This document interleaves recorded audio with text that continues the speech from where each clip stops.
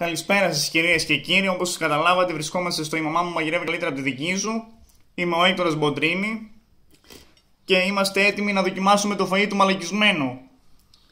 Το φαΐ είναι μαρίδες με βλήτα. Το μαλακισμένο το έχει κάνει σαν το μουνί της μάνας του. Οι μαρίδες σαν πρώτη όψη είναι σαν γκέι ξηφίας που έχει ξεβραστεί στη θάλασσα της Αμφιλοχίας.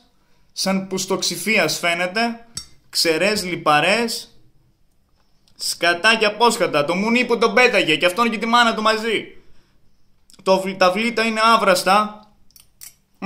Όπως το περίμενα. Σκατά. Να, μαλακισμένο.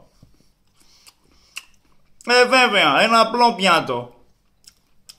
Το έχει ονομάσει και το ρεσιτάλ της θάλασσας. Τα αρχίδια μου τα δυο. Να! Μην πάω και το πετάξω στο κεφάλι. Η μαρίδα... να τη δοκιμάσω ή να τη βάλω στον κόλλο. Θα τη δοκιμάσω, τι να την κάνω. Όπως το περίμενα. Σκατά. Παραψημένη. Αλμυρή. Τι να περιμένει κανείς από το μαλακισμένο. Σαν το μουνί της μάνας του το έφτιαξε το πιάτο. Δεν θέλω να δοκιμάσω άλλο. Να τον γαμίσω. Το μπούστι.